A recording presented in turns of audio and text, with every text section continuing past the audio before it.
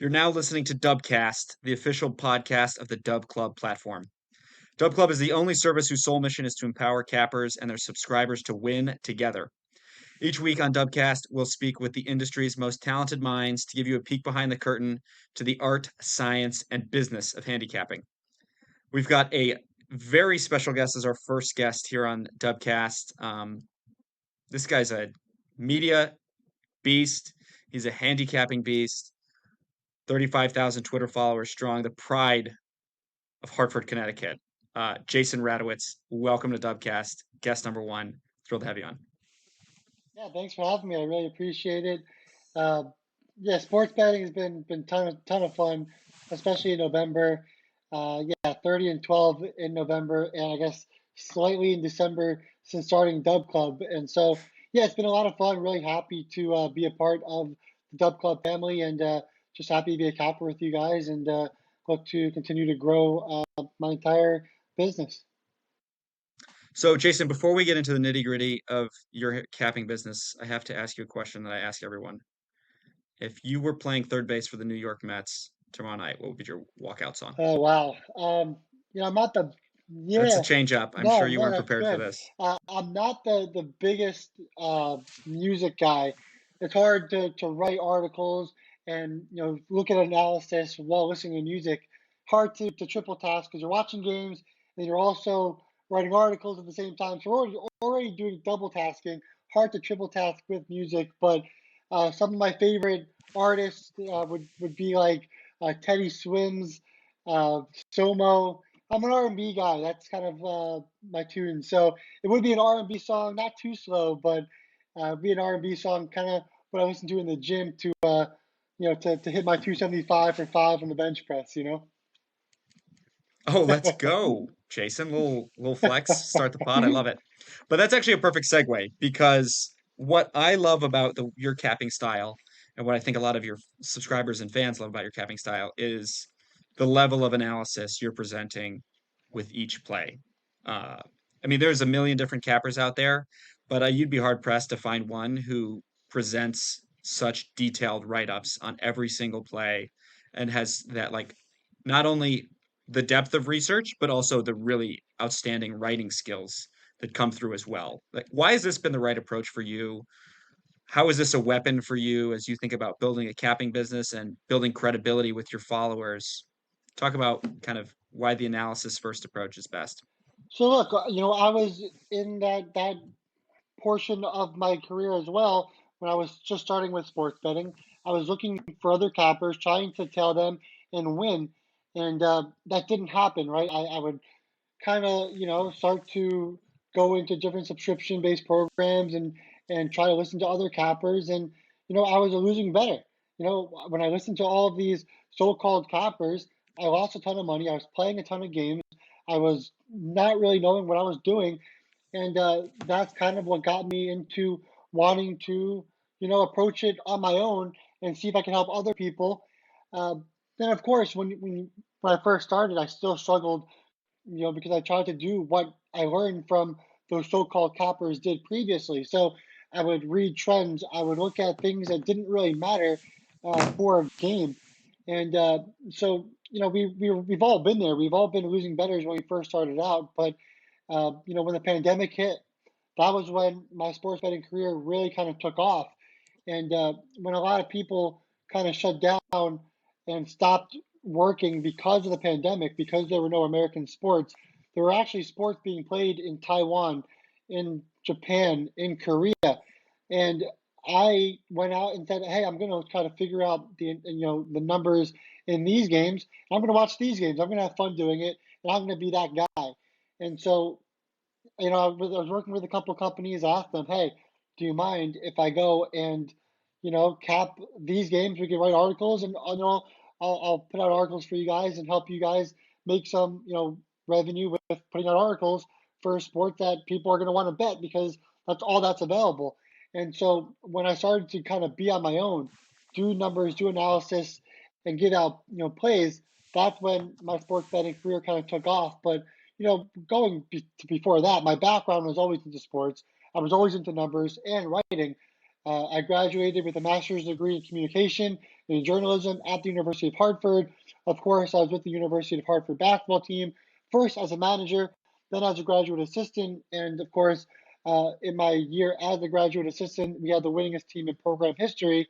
And Not a coincidence, I'm sure. yeah, and that's kind of what helped kind of build the program to last year.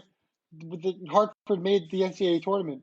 We played against Baylor, of course, lost to Baylor, who ended up winning the entire thing. But that kind of helped with the program to reach higher heights, and I was definitely a part of that as well. So, numbers, sports, analytics, sports betting, uh, high blood pressure, all in my blood. So it's been really really fun, and just the biggest thing I would say is meet the people that you can trust, that are credible, that have success that you've been following for not just a short period of time, but for a long period of time, and those people, older than me, have helped me really get better at sports betting, understand it better, and now I'm so much better when it comes to the vocabulary of sports betting, understand what it takes, how to be profitable.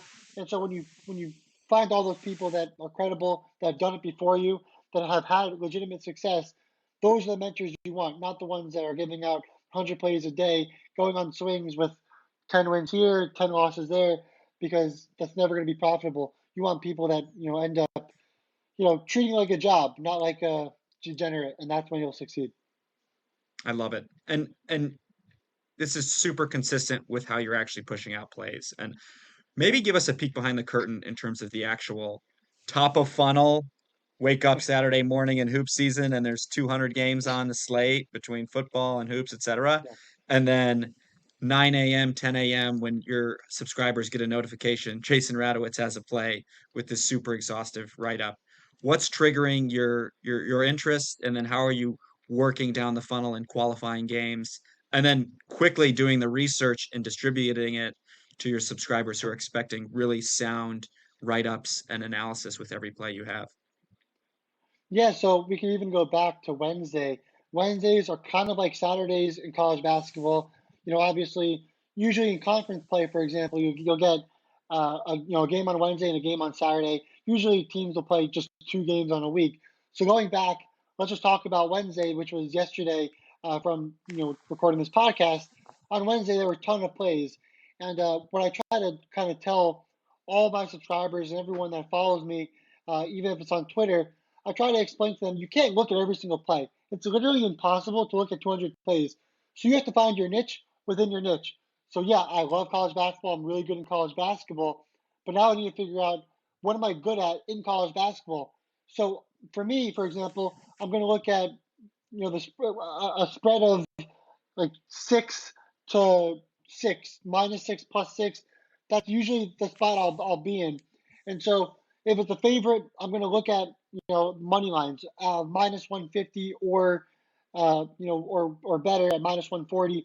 I don't like to play the heavy juice, but at the end of the day, I'm making one play a day. I don't care if the juice is heavy as long as it wins, right? At the end of the day, you have to win. So if the juice is heavy, I don't care. I'm picking one play a day, and I'm going to try to win that play. So a lot of people, going back to that point, I'll give out a money line play at -140, and then someone will be like, "Yeah, actually, I took the -2.5, and they only won by two, and I lost." You want to give yourself the best chance of winning, just first and foremost. And so, yeah, I'm going to look at those plays, the -6 to the +6. I'm not worried about Iowa playing Arkansas Pine Bluff. I don't care, because they're going to be -22, and they could destroy in that game and win by 21. You need so much. You need so many good things to happen in that game for a team to cover by 22. Like, you need everything to go that team's way to cover a -22 favorite.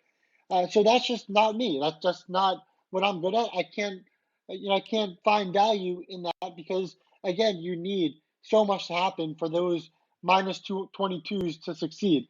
So for me, yeah, I look at those +6 to -6 range, maybe a little bit higher, a little bit lower, but at the end of the day, that's what I'm looking at. And then I can decipher through those games and figure out where the value is from there. And then you're down to like 10 games. Then you look at those 10 games instead of looking at 200 games, and you can find what you like out of those 10 games, and you can figure out that one play. I love it. The tactic of the niche Yeah. within the niche and being hyper focused is a super helpful heuristic for people who are trying to become smarter. So the tactics is one side of the coin. And the other side of the coin is actually the discipline and the strategies in place to keep you disciplined. How have you mastered that over time? And how can kind of following a capper aid recreational bettors like myself to be more disciplined so that they don't start chasing when they lose a game early, or just because the Cubs are playing Lewis doesn't mean you have to play when you're going to the game. So what are your strategies for maintaining discipline and really sticking to the Yeah, so approach? look, college basketball it starts, right about now, maybe 3 weeks ago, all the way to March, right? So there are so many opportunities and so many chances to make money. But I will say this, like I view this as a job. I don't view it as a degenerate. If there was a day that I could say, hey, I'm going to take off today, I wouldn't mind that. Just like you wouldn't mind taking off from your job once in a while, I wouldn't mind that either. And so, look, I'm not a degenerate. I view this as a job. And so for me, I just going one play a day. I don't need to sweat every single hour of my life, 10 plays a day and all that. Like at the end of the day, just like you at a 9 to 5 job, you're going to want to leave at 5 o'clock. I don't want to stay at 5:30. So I don't want to be betting 20 games, watching every game, sweating it out, having a heartbeat, an irregular heartbeat. I don't want that. So for me, I view this as a job. I'm not a degenerate at all. And if there were days I could take off, I would love to take off. But by just playing one play a day, I can kind of take off once that game is over or before that game starts. I don't need to worry about, all right, on Saturday, I have a game at 12 o'clock. Oh, now I have a game at 2 o'clock. Oh, now I have a game at 4 o'clock. Well, now I'm 1 and 2. I got to figure out a way to play this 6 o'clock game. Well, now it's 8 o'clock. Now I'm 2 and 2. Let's try to win that one. Oh, I lost that one. Let's play the 11 o'clock Pac 12 game. That's not the way to live life for anyone, especially when you're giving out plays as a job for other people. If I don't want to live like that, why do they want to live like that? They don't. And so that's what you have to recognize when you're giving out plays to subscribers. You have to recognize that they don't want to live that way either. And so at the end of the day, one play is the best way to go. And especially, if you want to be profitable, that's obviously the way to go because the more you play, the harder it's going to be because, of course, why are there 20 sports books in New Jersey? Because they're all profitable, right? So, yeah, like that tells you everything you need to know. Love it. And you talk a lot about college hoops, but I think you're selling yourself a bit short because you've put up some amazing stats in other sports and leagues. Yeah. What's your favorite sport to cap? Is it hoops because you got the background at Hartford as a GA? What other sports, do you find are kind of in the acceptable range of niches, if you will, Yeah. where you feel comfortable and responsible kind of finding value throughout the 365-day calendar? Yeah, so look, baseball starts on April and it goes all the way until college basketball season kind of starts.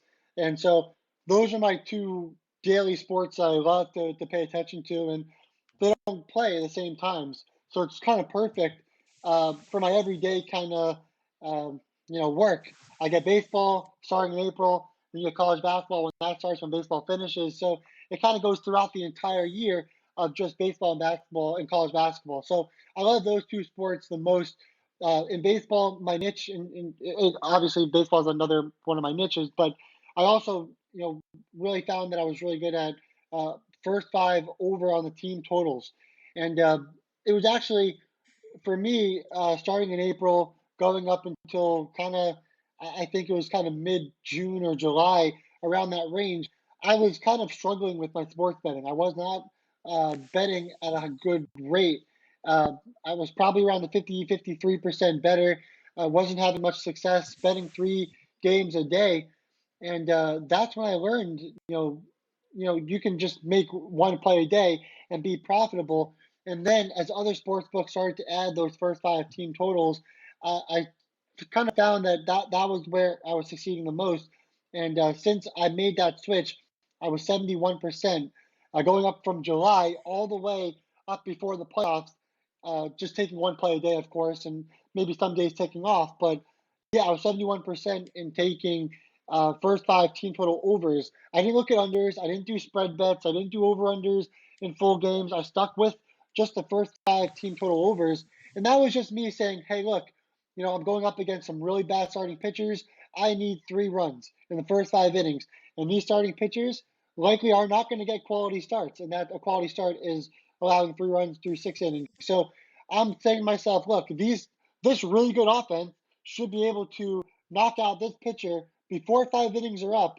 And I don't think this quality pitcher or this pitcher is going to get a quality start at all. So that's where you're like, that's where I found my niche because earlier in the season I was taking overs, and once the starting pitcher came out of the game, relief pitchers came in, and somehow they performed, and it was just all over from there. So I guess my biggest advice for a lot of cappers out there is if you're not succeeding, don't just keep working at what you're not succeeding at. Figure out the root of the problem and fix it from there because you're not 100% wrong. You just need to figure out that one area where you're not figuring it out, and once you figure that out, things all kind of start to come together. So if you're not succeeding, it's not because you're not putting in the work. It's because you're just missing this little key piece. And so once you find that key piece, you'll have success as well.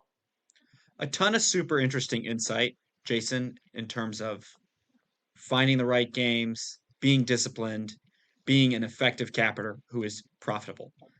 There's another piece of your genius that we haven't really talked about, which is your kind of business savvy, your media savvy. You're everywhere. You're Yeah. writing, you're posting on Twitter, you're doing audio video content. Dub Club's a new avenue for you to engage with followers. Could you walk us through kind of your journey as a media persona and like the tools that you found have been effective and why you've been such a kind of rising star in this industry? I think a big reason why your follower base is so loyal is because you're so respectful of their money when you're handing out advice and very, Yeah. you know, understated in terms of expectations and conservative in terms of bets and rich with analysis. But tell us about your approach for gaining a following, building a business in this knowledge industry. I think that'd be super interesting to our listeners. Yeah, so like go back to the pandemic. I used to do that Chinese baseball league and also the Korean baseball league and the Japanese baseball league. But once the MLB kind of came back, uh, those sites that I was writing for, they didn't want any more content on those leagues. But I had so many guys, so many different followers asking, "Hey, can you still, give me plays for this league?" And of course, I wasn't going to do it, for free because I was putting in a ton of effort. So at that time, I made a Patreon account and I tried to give out all this analysis, and it worked out for a little bit, but eventually I burned out. I was giving out too much analysis, too many plays, too much this, too much that, and I was struggling. Just wasn't there mentally anymore, and it was just so draining. And so I had to get rid of Patreon, and that had made me a solid amount of money for a solid period of time. But eventually, I just said, hey, I need to just make money, and so I started to write for all these different companies. Some reached out to me, some I reached out to, and I started to really kind of brought in where I was writing for, and it was great. But then you guys came along with Dub Club, and I talked to you about my experience with Patreon, and I said, hey, look, I really don't want to be a part of something like this anymore. It was just too emotionally draining, mentally draining. I can't do it anymore. And then you guys kind of discussed with me Dub Club and what you were going to do with it, and it was completely different to Patreon, and that got me thinking all right, I can get back into having a subscription based program, but not get burnt out. Have one play, give solid analysis for that, and not worry about giving analysis for 15 different games and having all of these people asking me about games I'm not even on, that I don't even care about.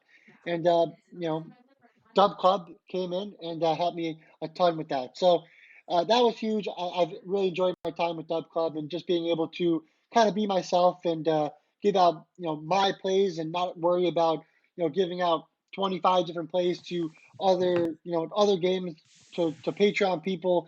That was just crazy. But yeah, just getting out there. Just at the end of the day, you'd be surprised how much you can accomplish in a given day. Uh, if you want to be a sports capper, you can really write so many articles. You can give out plays. You can build your Twitter. You can build your Instagram, and you can do so much. Of course, you can sports bet and make money that way as well. So there's so many avenues that you can make money in sports betting if you just put your mind towards it. And so, of course, I'm blessed right now. I'm living the life. I'm having a great time. I just moved to a different home. I got a crazy basement with 5 different TVs here. I got 2 different desktops, all to watch games for sports betting. And yeah, I'm living the life right now. It's great. I love it. You got the command center amped up. You got a lot of ways to make money. I know one good way for me to lose money is betting on my hometown teams. So, I know you're a Northeast guy. I know you're a big Mets fan. What is your advice to folks who, like myself, are big sports fans and big sports bettors? What's the magic walk there? look, there's a fine line, between like it's tough because at the end of the day, there's me, right? And I will never bet against or for my team. I never even think about them. I will never want to bet them. And so like for me, right, I'm a Rutgers football fan. I live in New Jersey. We can't even bet Rutgers here, so I don't have to worry about that. Now Hartford, Connecticut, my basketball team, I'll never bet for them or against them. But at the end of the day, I probably have a really good idea of their entire program and what they'll do, and I probably understand them the best. Where I would probably have an advantage, uh, either betting for or against them. But uh, I would never do that. I stay away from that, and but I do know there are a ton of people out there that will only bet their team that they know so well, and either they'll bet for or against, and they'll get profit doing that because they watch that team every single day and they know the most about that team. So yeah, I mean, I see it both ways. For me, for example, I'll stay away, but I do know that there are a ton of people that will end up betting their team. So you can do whatever the heck you want, but at the end of the day, I'm going to stay away. Great. I talked, I mean, you kind of gave us more credit than we deserve, I think, in terms of a commercial for Dub Club earlier, but would love to set aside a couple minutes for people who are listening to this podcast who maybe haven't subscribed to you before, followed you before, aren't a subscriber on Dub Club. Just give a 2 minute commercial about what they can expect from the Dub Club experience, from the kinds of content you're putting out on the platform. I think we kind of beat around the bush and discussed it indirectly uh, already, but would love to kind of get your elevator pitch as to how this can be a really great investment for folks who love betting but want to do it more responsibly. Yeah, so look, when I had my Patreon, for example, it was $175 a month.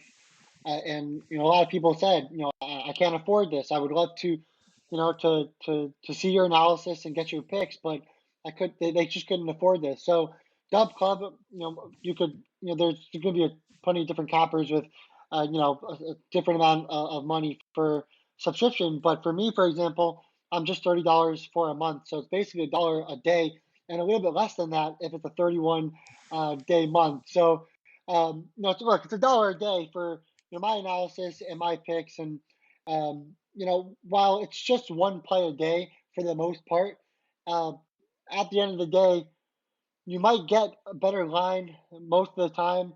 Today it went south, my line that I got, but for the most part, you will see that my line that I give out in the mornings changes to our advantage later on in the day. And so once I give out the play to the public in college basketball, for example, you were already sitting with a really like a much better line. Then of course in college football at the NFL, those are all exclusive plays. Can't get those anywhere but Dub Club, and those are usually my 1 unit plays. And so college basketball, I stick to just point 0.5 units because, of course, we're playing so many games on a given week. Whereas the NFL, the college football, we're just playing one play a week. So one with the 1 unit play for college football in the NFL, zero point 0.5 units here for college basketball play. And if I see anything else throughout the week that I really, really, really like, I'll go 0.25 units. I'll say, hey, if you can get it on the site. If you can't, don't sweat it. Everything will be okay. And that's kind of what you get with Dub Club. You get my pick text message right to you, and you're able to kind of get click it, read the analysis quickly, and then put in that bet early in the morning when you wake up, and then you can kind of just go on with your day and not worry about anything. And then once you're done with work on the night, you can go watch the game and enjoy it without really worrying about, hey, I gotta get a pick in, I gotta figure this out. You can just kind of come home, eat dinner, and then get ready for the pick, and without worrying, you know that a guy like myself or other Dub Club campers, you know that they put in the work for you, and you'll go in, the night knowing, all right, I got a good pick, and I'm going to ride Phenomenal. I don't think I could have said it better myself. So if you need another revenue stream, you may be on the marketing team at Dub Club before long. But this was a phenomenal interview, Jason. Your voice shone through as expected. One of the most intellectually honest and interesting guys in the industry. If you're looking for kind of really a source of passive income and profitability and really just responsible approach to the game, I don't think there's a better guy out there. So appreciate it as expected, and can't wait to chop up in the studio again. This was super fun. Yeah, thank you. I really appreciate it. Of course, you could follow my link, or you can click my link for Dub Club. It's on my Twitter page at Jason underscore Radowitz. That's Radowitz. And yeah, my link is right there. You can subscribe. And for right now, there is a free trial. So if you're listening to this right now or in the next couple of days, free trial. You don't have to pay a single dime until your free trial is up. Then you're gonna have to pay up a little bit, but it's worth it. You'll make some money off it. In the long term, sometimes you might have a week or two where you do struggle, but we are in it for the long term. And since starting Dub Club, $100 better would be up $817.28. And yeah, not every single bet is going to be a 1 unit bet, and some are zero point 0.5 units and some are 0.25 units. But I do that because, again, I care about my money, but I also care about your money.